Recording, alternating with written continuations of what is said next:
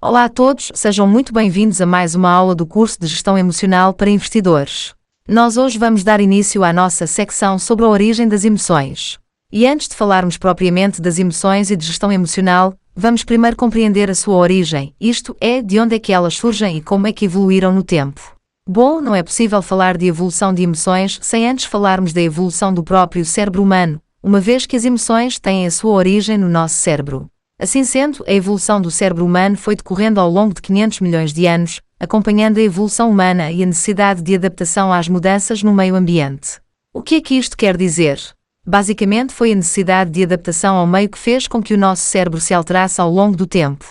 Assim, o cérebro humano encontra-se dividido em 3 estruturas que se foram desenvolvendo de baixo para cima, isto é, de uma forma sequencial, sendo as mais desenvolvidas as mais recentes. Foi a necessidade de adaptação ao meio que fez com que o nosso cérebro se alterasse ao longo do tempo. Desta forma surgiu uma teoria muito importante, denominada de teoria evolutiva. Esta teoria foi desenvolvida por Charles Darwin e defendia que a evolução das espécies é feita através de um processo chamado de seleção natural. O que é isto? Isto quer dizer que os animais que se conseguem adaptar conseguem sobreviver, ou seja, que os indivíduos que têm melhores características sobrevivem e que aqueles que não têm características tão boas acabam por morrer. Para Darwin, os animais que se adaptavam eram considerados os mais fortes, ou seja, não que tivessem mais força, mas que conseguiriam arranjar formas de sobreviver. Por exemplo, se um lobo fosse forte, sentisse melhor o cheiro das suas presas e se soubesse caçar, ele sobrevivia. E essas características eram depois passadas para os filhos, o que fazia com que os lobos não se extinguissem e continuassem a existir. No caso dos humanos, inicialmente, nós andávamos de crocas. Apanhávamos sobretudo frutos do chão e com o passar do tempo, fomos conseguindo nos levantar e já fomos capazes de apanhar frutos das árvores. Claro que ao longo do tempo o homem foi desenvolvendo várias ferramentas que nos ajudaram a prolongar a nossa vida no tempo. Um exemplo disso é a descoberta do fogo. O fogo permitiu-nos afastar predadores, além de cozinhar os alimentos. Então conseguimos ter mais saúde e ao mesmo tempo ter uma menor probabilidade de morrer. Portanto, os que conseguiam sobreviver iam passando essas estratégias ou conhecimentos aos seus filhos e, à medida que iam procriando, transmitiam também a sua herança genética aos seus descendentes. Portanto, os humanos mais inteligentes sobreviveriam uma vez que conseguiam desenvolver estratégias de sobrevivência. No fundo, foi o que aconteceu ao longo da nossa história. Com a descoberta do fogo conseguimos afugentar predadores. Com a descoberta da roda conseguimos construir meios de transporte e então podíamos ir procurar comida mais longe. Essas características, essas ferramentas, foram passando depois de pais para filhos e então conseguimos, ao longo de milhões de anos, ir nos adaptando e isso provocou também alterações no nosso cérebro. O mesmo aconteceu com outros animais, em que para além das características individuais, os animais tiveram de lidar com mudanças no habitat. Como, por exemplo, o aparecimento de dinossauros ou então, falando num fenómeno mais atual, temos as alterações climáticas. O degelo, por exemplo, irá levar a que muitos animais que estão habituados a temperaturas baixas tenham de se adaptar ao novo meio. Porquê? Porque as temperaturas vão ficar cada vez mais quentes. Caso não se adaptem, morrerão, passando pelo processo de seleção natural. No seu extremo, esse processo leva à extinção de uma espécie. Por outro lado, se adaptarem e passando pelo mesmo processo de seleção natural, vão conseguir passar as suas novas características aos seus filhos e vão aprimorar cada vez mais essas características, o que os vai permitir sobreviver a altas temperaturas. A questão principal é a de que, se eles não conseguirem se adaptar, então, vamos ter um fenómeno de extinção dessa espécie. Conseguindo se adaptar, então, esses animais irão desenvolver novas características que os vai permitir prolongar a sua existência na Terra. Bom, conclusões daqui. Podemos concluir, então, que os animais que se adaptam conseguem sobreviver e tentam reproduzir e passar as suas características aos seus descendentes. No caso dos humanos, para além das melhores características, também conseguimos passar conhecimentos, nomeadamente, de ferramentas que foram sendo desenvolvidas ao longo da nossa história e que acabaram por nos ajudar na nossa sobrevivência. Bom, tal como os homens e os animais evoluíram ao longo do tempo, o mesmo aconteceu com os nossos cérebros que foram aumentando de tamanho para conseguir fazer coisas novas. E isso obviamente ajudou na nossa sobrevivência. O que é que aconteceu aos cérebros? Tal como os homens e os animais evoluíram ao longo do tempo, o mesmo aconteceu com os nossos cérebros. Como podemos ver nesta imagem, os nossos cérebros também foram evoluindo, foram aumentando em termos de área e também em complexidade. A dada altura, os cérebros de todos os animais eram iguais. Perante as dificuldades que foram sentindo e à medida que arranjaram soluções para essas dificuldades, Verificou-se alterações no tamanho e na complexidade dos cérebros, ou seja, os animais começaram a ter cérebros maiores, mas também mais complexos, com uma rede de neurónios muito mais densa. Porquê? Por que é que houve essa necessidade? No fundo, para dar resposta às situações, ajudar o animal a arranjar estratégias para ele sobreviver e superar o perigo. No caso do ser humano, arranjar estratégias e soluções para os problemas passa então por ganhar novas habilidades. E isso pode levar a alterações na estrutura do nosso cérebro. Isto também acontece com os outros animais. Ou seja, não é específico do ser humano. No caso dos animais, por exemplo, temos o papagaio australiano, que desde 1871 tem-se assistido a um aumento dos seus bicos. É uma alteração morfológica que procura dar resposta a uma necessidade relacionada com as alterações climáticas. Se olharem para estas imagens, vão ver que o nosso cérebro é igual ao cérebro de um réptil. A diferença está no tamanho, mas as estruturas são as mesmas. O que aconteceu foi que ao longo dos anos o cérebro do réptil foi evoluindo, dando origem aos cérebros dos mamíferos. Temos aqui, por exemplo, um gato. E este cérebro dos mamíferos foi evoluindo de tal forma que chegou ao cérebro humano. O cérebro é a base da nossa vida, é aquilo que faz o nosso corpo funcionar, desde os órgãos como o coração, que faz o sangue correr pelo nosso corpo, até os olhos, os ouvidos e a boca, que nos fazem ver, ouvir e comer, etc. O cérebro também faz movimentar músculos. Músculos que nos permitem andar e ficar de pé, e tudo o que fazemos e nos permite viver é da responsabilidade do nosso cérebro. Este é o nosso cérebro completo. Como podem ver, o nosso cérebro tem várias partes, várias componentes. Esta parte mais rugosa é a parte mais recente do nosso cérebro, é chamada de neocórtex. E por baixo dela temos então várias outras estruturas. Uma dessas partes é esta parte aqui, esta parte verde.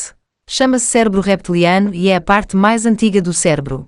Ou seja, desde que se conhece o cérebro, sabe-se que os animais mais antigos, nomeadamente os répteis, que foram os primeiros a habitar a Terra, já possuíam esta parte do cérebro. Eles têm estruturas muito semelhantes a esta estrutura aqui pintada a verde e que nós também temos. Esta parte do cérebro é responsável por várias funções dos nossos órgãos, incluindo o batimento cardíaco, a respiração e o reflexo visual, ou seja, fechar os olhos quando levamos com uma luz forte. O cérebro reptiliano encontra-se, então, muito relacionado com o instinto. Ele está associado a funções básicas da sobrevivência. Quando colocamos a mão numa superfície muito quente, é o sistema reptiliano que faz com que a nossa mão seja tirada de cima da superfície. Nós nem pensamos sobre isso. Simplesmente o fazemos. Outra parte do cérebro é esta parte amarela aqui. Esta parte do cérebro é designada de sistema límbico e é responsável pelos comportamentos sociais e educacionais. Ou seja, é responsável pela forma como nós lidamos com as outras pessoas e pela forma como nós aprendemos. Por essa razão, quando estamos motivados para algo, aprendemos mais facilmente. A motivação é da responsabilidade do sistema límbico. Este sistema também é muito importante porque é a base das emoções, ou seja, ele é responsável pelas nossas emoções. O prazer de comer, ou a alegria em vermos os nossos familiares, tem a sua origem no sistema límbico. Este sistema é o que nos permite distinguir aquilo que gostamos daquilo que não gostamos. É o sistema límbico que nos permite sentir emoções, como a alegria, a tristeza ou o medo, que nos permitem sobreviver e que nos faz atacar para nos protegermos. Não há propriamente uma justificação racional para isto. A realidade é que a informação sobre aquilo que nós gostamos e aquilo que nós não gostamos é processada a nível inconsciente, por isso é que é difícil, muitas vezes, nós justificamos porque é que gostamos de determinada comida. É porque isso não é consciente, não é racional. Assim, é o sistema límbico que nos permite sentir emoções, como a alegria, a tristeza ou o medo, e que nos permite sobreviver também, sendo esta sobrevivência diferente da sobrevivência do sistema reptiliano. Enquanto que os mecanismos de sobrevivência do cérebro reptiliano são automatismos, são respostas automáticas e muito rápidas, no sistema límbico os mecanismos já são mecanismos mais lentos e já temos opções. Por exemplo, é o sistema límbico que nos permite sobreviver e que nos faz atacar quando temos que atacar para nos proteger, fugir quando temos que fugir e também proteger as nossas casas. Finalmente, o neocórtex, que é a parte maior e mais rugosa aqui do cérebro, está associado ao raciocínio lógico e ao pensamento. É a parte do cérebro que, no fundo, permite-nos processar informação e, para isso, temos processos auxiliares que nos ajudam a fazer isso. Esses processos são a nossa percepção, a atenção e a memória. Sabemos perfeitamente o que é uma televisão ou como é que ela funciona, porque temos essa informação gravada na nossa memória. No neocórtex é também onde está a parte do raciocínio lógico, isto é, o que nos permite ler um mapa, utilizar ferramentas para construir alguma coisa, fazer contas de matemática, etc. Resumindo, temos então 3 estruturas principais no nosso cérebro. A primeira é o cérebro reptiliano. É a parte mais antiga do cérebro.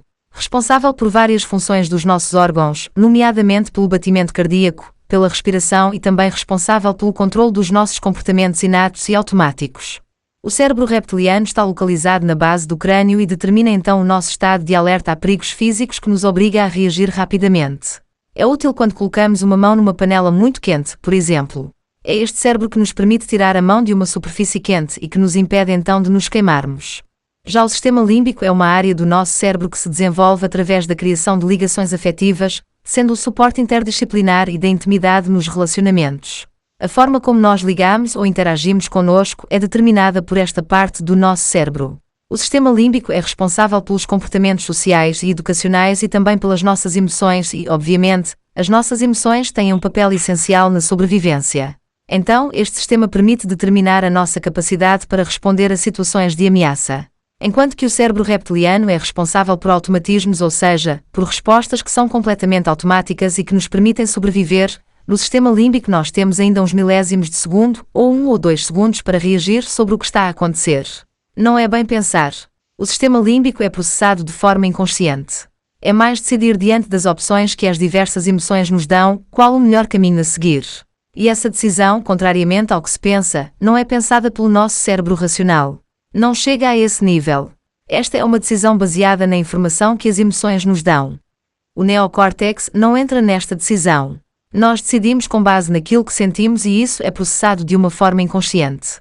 Por fim, temos então o cérebro racional ou neocórtex que nos permite pensar de forma lógica, ou seja, conseguimos pensar sobre coisas abstratas, podemos fazer contas de matemática, podemos aprender a conduzir um carro, entre muitas outras coisas. No neocórtex a informação já é descodificada de uma forma consciente, ou seja, nós temos plena noção do que é que está a acontecer, enquanto no sistema límbico o processamento é inconsciente, ou seja, nós não temos noção do que é que estamos a decidir ou o que é que está a acontecer. É demasiado rápido para nós termos essa consciência. O cérebro racional é responsável por toda a ativação das atividades conscientes desde a linguagem à imaginação, criatividade, pensamento abstrato, entre muitas outras funções. Uma informação relevante é a de que o cérebro racional desenvolveu-se a partir do cérebro emocional e é a estrutura mais recente do cérebro humano. O facto desta parte do cérebro ter se desenvolvido através das emoções revela muito sobre a ligação emoção-pensamento. Não nos podemos esquecer que o cérebro desenvolveu-se de baixo para cima, ou seja, a partir do cérebro reptiliano, depois surgiu então o sistema límbico e só mais tarde é que surgiu o neocórtex. Então, todas as estruturas que são posteriormente desenvolvidas sofrem uma influência da estrutura anterior. Portanto, embora seja o neocórtex, que é realmente considerado responsável pela tomada de decisão, a verdade é que a maior parte das decisões não são tomadas pelo neocórtex. Porquê? Porque ele não controla toda a informação que vem do cérebro emocional, isto é, do sistema límbico, e é isso que pode complicar as nossas vidas. Então, vamos ver isto quando falamos do modelo ACIR, ou seja, o modelo que vamos abordar quando falamos sobre a inteligência emocional e as emoções em si. Olhem para o cérebro racional como uma espécie de supervisor do cérebro emocional, o qual funciona de forma ótima quando nós não estamos sob stress ou sob grande intensidade emocional. Contrariamente àquilo que as pessoas pensam, o cérebro emocional é muito mais ativo do que o cérebro racional. Porquê? Porque o nosso cérebro racional precisa de muita energia para funcionar.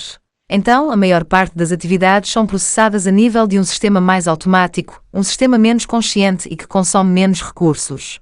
E esse sistema é o sistema límbico. Como o nosso cérebro foi, no fim, acrescentando novas camadas, existe uma ligação entre essas camadas. Ou seja, o cérebro emocional comunica com o nosso cérebro racional, envia imensa informação e muitas vezes nós não temos consciência dessa informação. E isso muitas vezes complica a nossa vida. Portanto, é mais uma razão para nós estudarmos a nossa parte emocional, porque existe muita informação inconsciente que está presente em muitos momentos da nossa vida e que nós não temos consciência, e isso acaba por influenciar muitas das decisões ou muitos dos pensamentos que nós temos no dia a dia. Nós vamos ver isso mais à frente quando abordarmos a questão dos modelos de gestão emocional. Já o neocórtex é o que permite o raciocínio lógico, a fixação da informação e o processamento de dados. É um sistema muito mais lento e normalmente não é eficaz quando temos que tomar decisões rápidas. O raciocínio ou o nosso neocórtex é o sistema mais lento que nos ajuda a sobreviver. É ótimo a desenvolver estratégias de sobrevivência. É ótimo a desenvolver ferramentas que nos ajudem a manter a vida, mas é muito mais lento. Não é eficaz para nos ajudar de uma forma imediata. Até agora falamos de 3 sistemas que compõem o nosso cérebro. A partir de agora vamos essencialmente nos focar no sistema límbico, ou seja, o responsável pelas nossas emoções. Mas para que servem então as nossas emoções? Bom, relativamente às funções das emoções. As emoções têm uma função adaptativa. A ideia da função adaptativa das emoções já é defendida desde a teoria adaptativa de Darwin, portanto desde 1872, e são essenciais à sobrevivência. Então, essenciais à sobrevivência por quê? Porque elas funcionam como um sinal de aviso ou como uma fonte de energia natural que procura nos manter vivos. Essas emoções estão divididas em dois grandes grupos, basicamente, são as emoções básicas ou primárias e as emoções sociais ou secundárias. O que é que diferencia esses dois grandes grupos? Basicamente, as emoções básicas ou primárias são inatas, pré-organizadas e dependem de uma rede de circuitos do sistema límbico. Elas têm um padrão de comportamento inato e evolutivo essencial à sobrevivência. E são 5. São o medo, a raiva, a surpresa, a tristeza, a alegria e a aversão. Qual é então a importância das emoções? De forma resumida, as emoções despoletam sensações agradáveis e desagradáveis com o intuito de orientar o nosso comportamento. Por outro lado, as emoções também facilitam a nossa aprendizagem na medida em que, quando estamos emocionalmente envolvidos nas experiências ou vivências, estamos muito mais motivados para atingir objetivos e preservar essas memórias. Portanto, as emoções facilitam a aprendizagem e ainda, elas permitem a sobrevivência da espécie. Por exemplo, quando estamos a sentir medo, as emoções permitem-nos escolher entre 3 ações possíveis: fugir, lutar ou congelar. Porquê? Porque é que as emoções nos ajudam a sobreviver? Por exemplo, no caso de nós estarmos a sentir medo, somos capazes de avaliar aquela situação e decidir qual é que será a melhor forma, ou a forma mais eficaz de lidar com ela. Podemos decidir fugir, atacar ou congelar. E nós fazemos isso, portanto, tendo por base uma avaliação. Como é que nós fazemos essa avaliação? É o que nós vamos ver na próxima aula.